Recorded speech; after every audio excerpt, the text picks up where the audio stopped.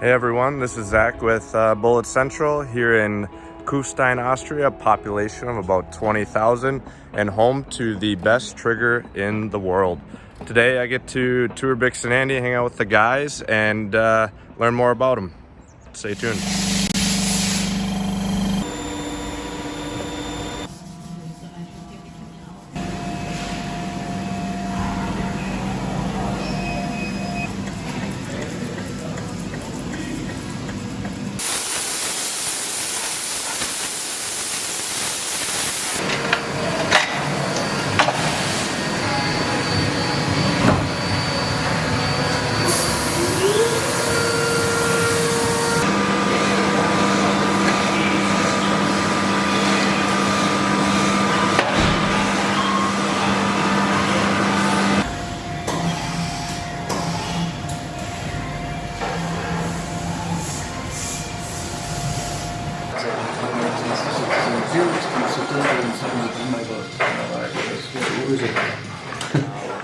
This is Zach. I'm with Andreas again.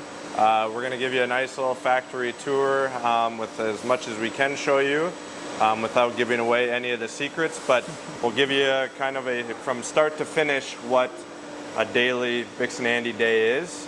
So obviously we got the raw goods.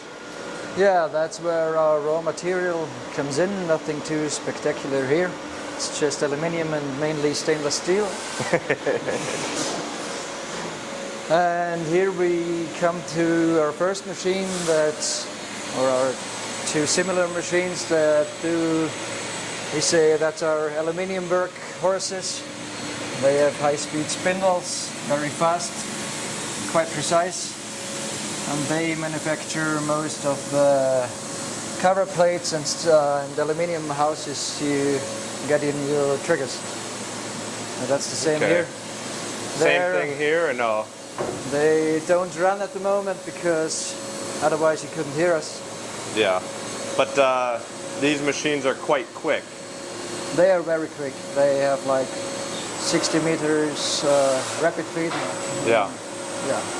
So. One of the cool things that we talked about earlier is with all the raw goods, even the materials that the raw stock that doesn't fit in the end machine, you guys save to utilize it at some point. I mean, it's just resources and you can throw it away. And we put it in a machine where it fits. Find a machine and find a product, and usually it'll fit there. Yeah. Oh, look at this. Okay. So what do we got here? Yeah, this was our first really huge machine we bought, completely new. It was a huge investment.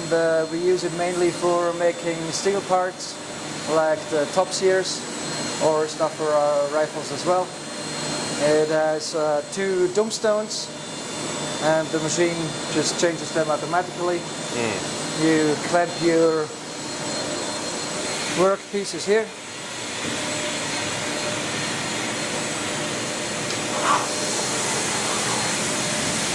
While the other parts are in the machine and get machined.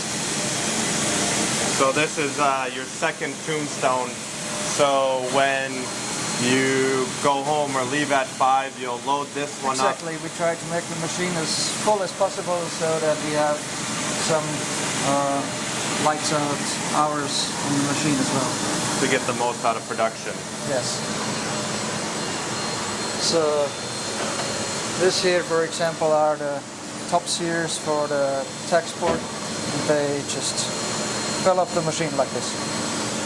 Okay, and then they go through some finishing processes. Yes, yes. And they go whatnot. To the surface grinder. I'll show you later. Okay. The Swiss machine. Yes, it's our Swiss lathe. It's used for parts that are quite thin and long. So that's what these types of machines are built for. We use it for pins and stuff on our triggers that you can't buy like this. And this machine was kind of made by the Swiss for Yeah. like watch parts. Yeah, like the very tiny axles and stuff that tooth, what is it called? Gears Yeah. run on. Yeah, that's they invented it like, I don't know, 100 years ago or something. So this is one of the few machines you have that run on oil, correct? Exactly, yeah, because it just extends the dual life and is good for precision and consistency. Okay. Yeah. You can run it for like 2 hours straight and you won't get a different measurement on the So right parts. it'll make a Yeah, sure. like a small part. That's a part for our rifle. It's where the slings go in to carry the rifle around. So I know you said before that with that part it was quite expensive to buy. So you said yeah. we'll I mean, just that was make not the it. reason to buy this machine, but yeah, now we can make it. We can make the parts, and that's just our philosophy that we do ourselves whatever we can. Yeah, Yeah. which is smart. It just makes us independent from Other companies. other companies. Yeah. Here we have the first 5-axis machine that we bought. It's still quite precise, but we don't use it anymore. You will see later why. Yeah, stay tuned to the end. We got a big surprise. What do we got here? The Bridgeport XR760. Yeah, it is the first not completely old machine we bought. We use it mainly for standard parts, like this is the knob that goes on the trigger lever on the Remington 700 triggers. So very small, Yeah. precise parts. We looked at it today, but I don't know if it'll be easy to see, but the spindle load is I mean, it's not running now, but even if it's running, the spindle load is quite low. Here yeah, the machines have a nice life here. They are built for heavier stuff than we use them for. Here we machine the safety levers for the Tikka and Seiko competition triggers. They're all machined out of when we one were solid talking. piece. When we were talking, you said this is probably the most costly part and time Yes, consuming. it is. We should actually switch to a sheet metal part here, but we don't have the time because we're busy building trigger speed. We're building higher volume triggers. Just an old surface grinder. I mean, old is positive in that way because it's just so rigid and still runs perfectly smooth. Probably better than one you can buy nowadays. One of the best. Yeah, it is. It's we have one like this at Bullet Central, and we used it mainly for our bushings and a few other items, and the accuracy you get out of that is just so good.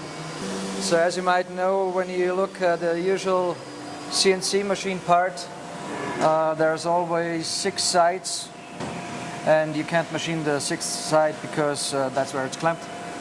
And we need to do the second up here on those 2 machines. This one is new, or it's not new, but it's new here. We got it just here 2 weeks ago. It's not running yet. And you said to get that 6th side on some of them, you have to put it to a block with water. Yeah, we just freeze them to.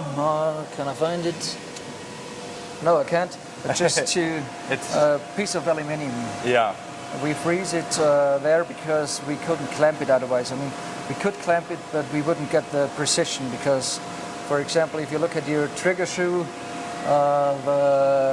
has to be the width or the thickness has to be very exact. Otherwise, you would have a wiggling trigger shoe. No one likes that.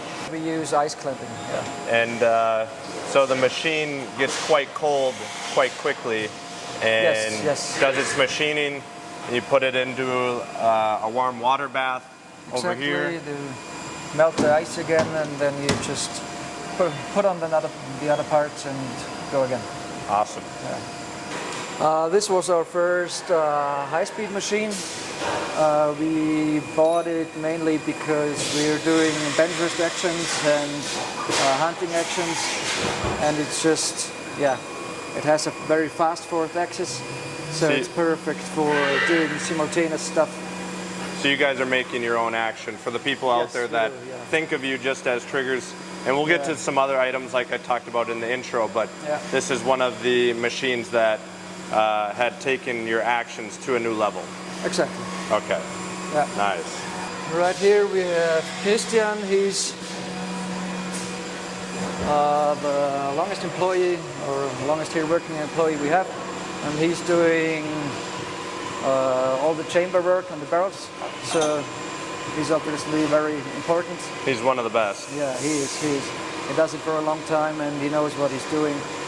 Absolutely. Oh, actually, you can see it right now.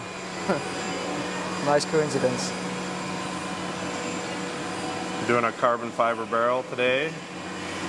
That's the machine that started CNC machining at Bix'N Andy. It was the first one Andy, my father, bought in, I think, 2004. Yeah. This one right here? Yeah. And we made everything just on this machine. So actions, triggers, everything. Wow. On this one machine. Muzzle brakes or no? And at the very beginning we even made parts for other companies because we couldn't use the machine the whole day. You know? So doing some hired out work. Yeah, exactly. To keep the machines going, okay. And it still runs perfectly. The machines that you guys do use are kind of used for a lot of different things. Yes, there are just certain parts you can make on the machine that you can't make on another one. Some are versatile in a certain way, and some parts can be just on that very machine. It's, yeah. Yes. Or barrels. We can do barrels first, yeah, perfect. Walking up the stairs is not safe with a camera in your hands, but we make it work. Okay, this is the barrel department. It's not too tidy here, but that's reality. That's what our barrel blanks look like, or not the blanks really, the raw material. Yeah. That's where we have some barrels in different production stages in stock. And now I'm going to show you how we make our barrels at Bix'N Andy.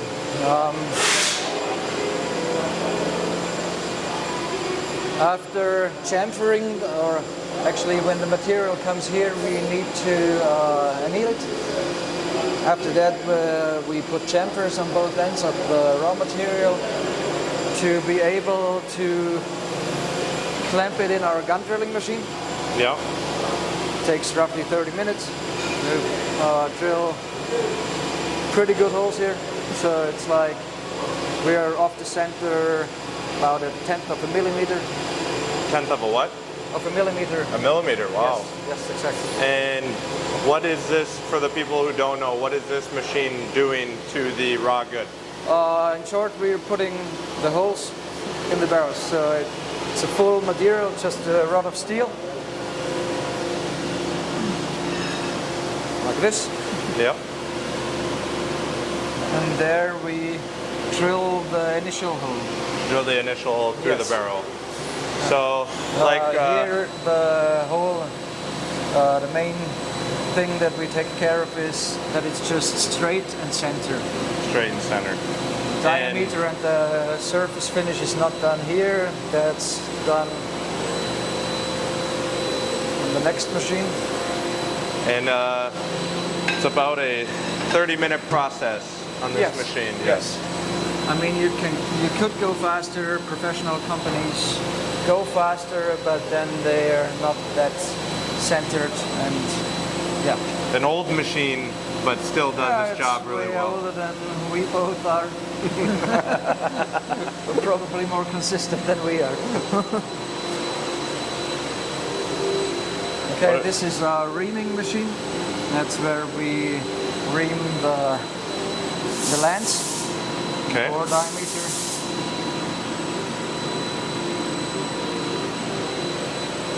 Do you know how long that process usually takes? It's about the same, maybe a little bit shorter. Okay. Like 20 minutes. Okay. And then your baby. Yeah, yeah, we're a little bit, or actually quite proud of this machine because we built it ourselves. Yeah. This is Harald. He's doing all the, actually most of the work here. He's responsible for rifling, for reaming, and for drilling. And you guys run a 5R rifling, 5 rifling. Exactly. Okay. And that's only. Yes, we Yeah. we did a ratchet profile some time ago, but didn't see the advantage, so we switched to Yeah. Just- Okay. 5 grooves.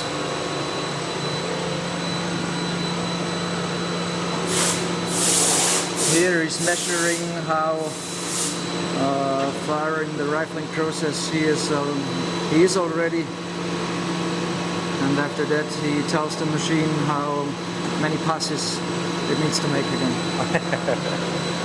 He's one of the best. He is, Yeah. and he's so dedicated to it.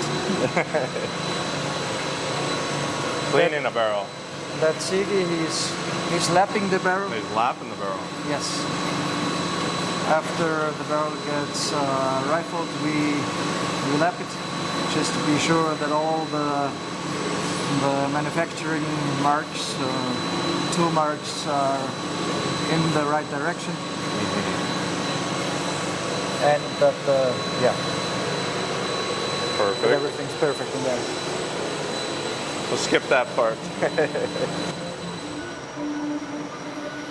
Where the safety levers and other pressed items Exactly. go. Yes. Yeah. Okay, this is where we heat treat our parts to our right. Also where all the trigger steel parts are heat treated.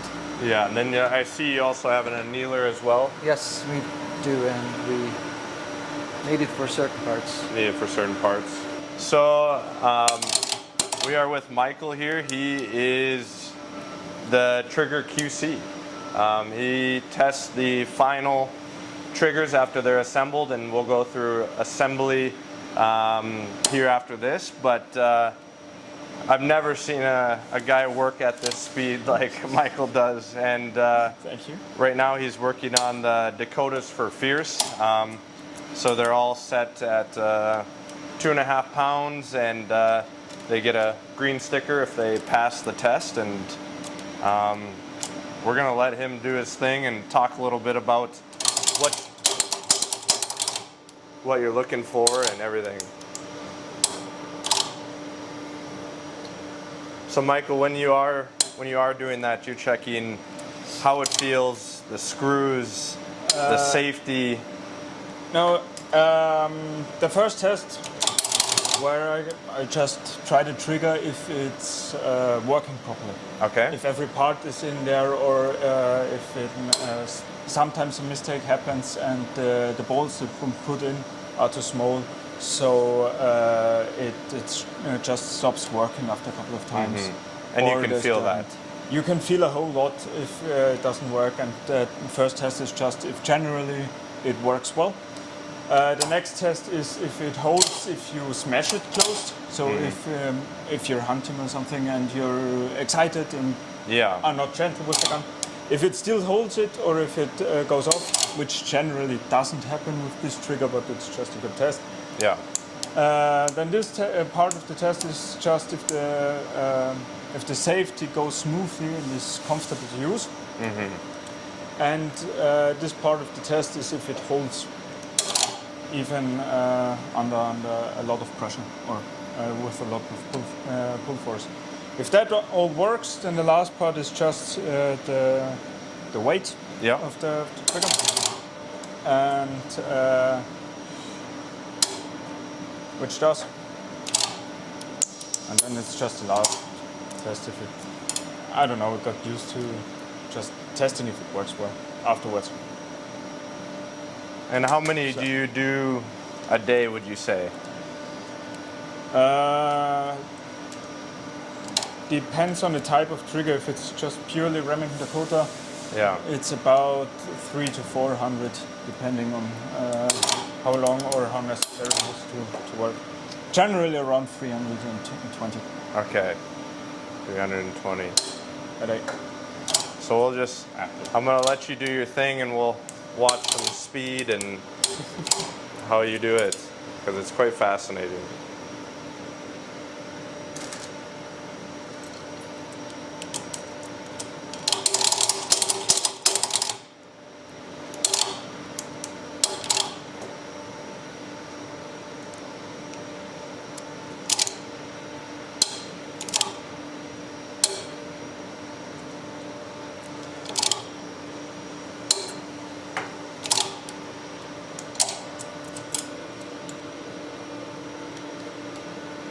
And how long have you been doing this, Michael?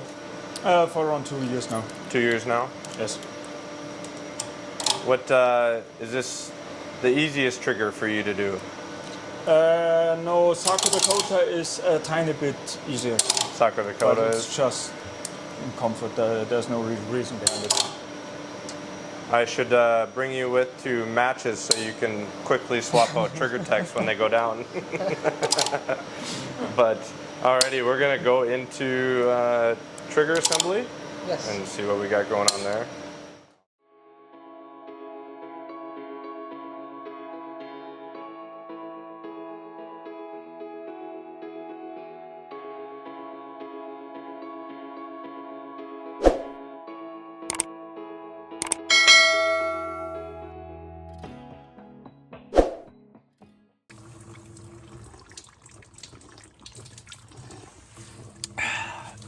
It's good.